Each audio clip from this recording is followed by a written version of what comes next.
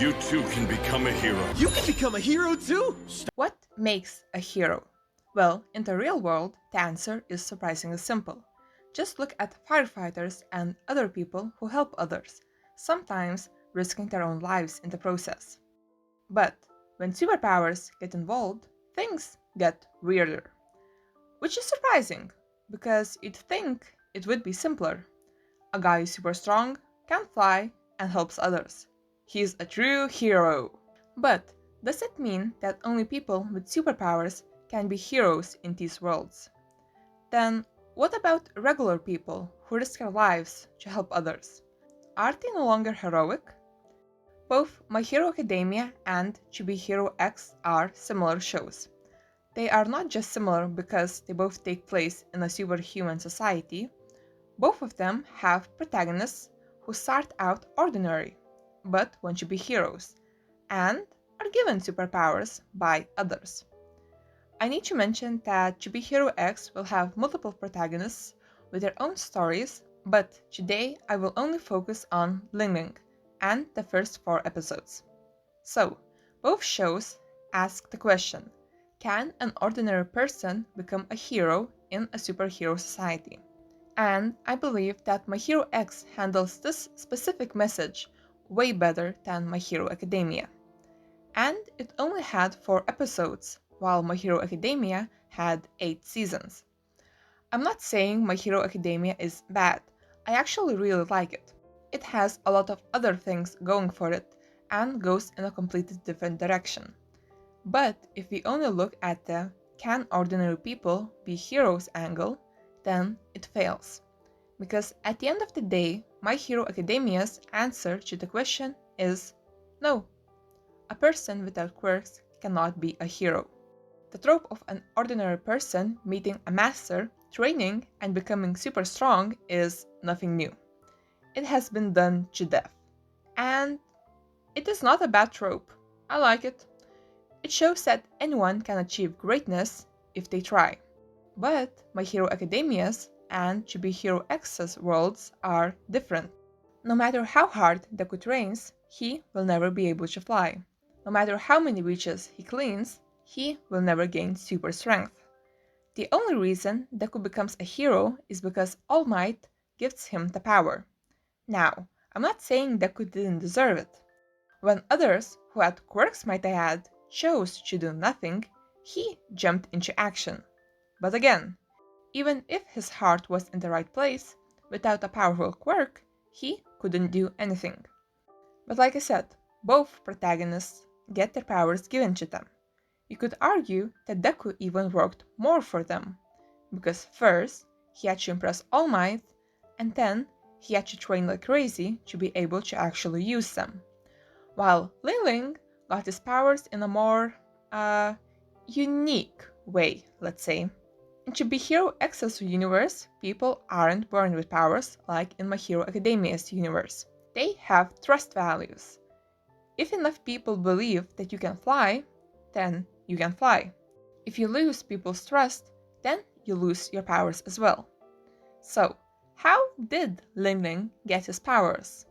Well, one of the strongest heroes, Nice, jumps off a building in front of him, and Miss J, Nice's boss, needs a replacement Nice. So they threaten Ling Ling and trick the people into believing that Ling Ling is Nice, and so Ling Ling inherits all of Nice's trust values along with his powers. You might be wondering, how in the world is this better than what happened with Deku? Well, it's what happens after that separates these two. Once Deku inherits One for All, that is it. There is no more debate whether or not a person with no quirk can be a hero or not. There are discussions that it's harder for people with weirder, less battle-oriented quirks to become heroes, but never quirkless people. The message that anyone can become a hero is gone. You can be a hero as long as you have a quirk. It might be a weak quirk, and you might have to get creative with it, but a quirk is needed. Deku's struggle is with him learning how to use One for All, but even that gets overcome. And then he becomes just another hero with a strong quirk. And then he gets even more quirks, and his struggles completely shift to different areas.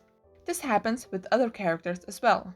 Mirio loses his quirk and only gets back into action after Eri restores his quirk.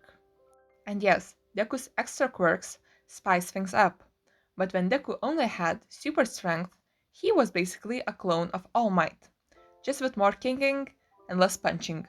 I think it was a wasted opportunity for Deku to develop his own completely unique fighting style. Like, he wanted to become a hero before he got a quirk, yet he didn't train for it at all. Yes, he studied other heroes, but never really utilized his knowledge that much. How cool would it have been if we saw Deku recognizing and exploiting the weaknesses of others, similar to Bochi from Ranking of Kings, and then using it alongside his quirk. We see glimpses of this idea in the show, but it is treated more as a transitioning period to Deku actually unlocking his full potential, rather than a viable fighting style. In dire situations, the answer to winning is usually get more power. Except for the flashback to when quirks were a new thing, we never really see a character not wanting their quirk. We see the destructive outcomes of not being able to use a quirk properly, but it's always a question of how you're using the quirk, rather than whether you want it or not. This is where Chibi Hero X shines. The story of the 4 episodes I'll cover is very simple. I could pretty much predict everything that was going to happen. Does that make the show bad? Absolutely not. Chibi Hero X knows what it wants to do, and does it perfectly. We see the downsides of being a hero. It delves deeper into the bureaucracy of it all, and making heroes into celebrities with pretty much no free will. Everything is planned, everything is staged. It's a commercial. We see glimpses of it in My Hero Academia as well, but it's surface level. And the powers that you get from the belief of other people can destroy your life.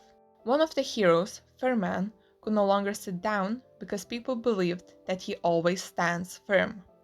The little girl he saved turned into a villain just to shatter the people's beliefs and let her hero rest. And you know what? Firman, the now former number 10 hero, was happy because of this.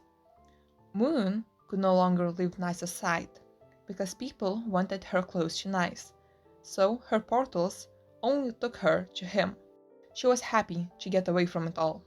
And even Ling Ling's life was starting to break apart after he got his powers.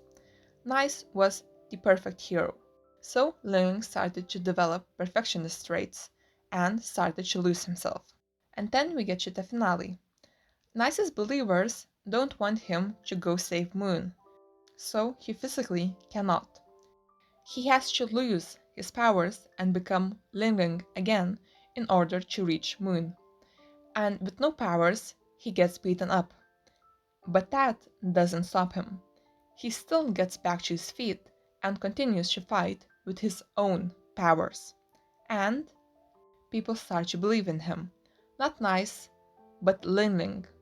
And he gets his own trust values and his own powers. The commercial from the start even plays, where Ling Ling says that anyone can be a hero. Chibi Hero X only had 4 episodes to work with, but it presented this message perfectly. My Hero Academia started with this message, but it was lost along the way. A story of a kid getting more and more OP powers given to him isn't a bad story, but it doesn't fit this message. I would argue that even One Punch Man did it better with Moomin Rider. The guy has no supernatural powers, no super tech, no superior intellect, he is truly ordinary. Yet, in a superhero society, he still helps people. And I want to point out one more thing. The My Hero Academia universe has a quirkless person beating up villains, just not in the main series. Meet Knuckle Duster from My Hero Academia Vigilantes, or how I like to call him, Discount Batman. I've only seen 2 episodes of Vigilantes, but he is very cool. He has no quirk, but fought Aizawa and beat up a bunch of villains. And also, he jumps from rooftops into piles of garbage. The guy is cool. Anyways, thanks for watching. Don't forget to like and subscribe. Bye!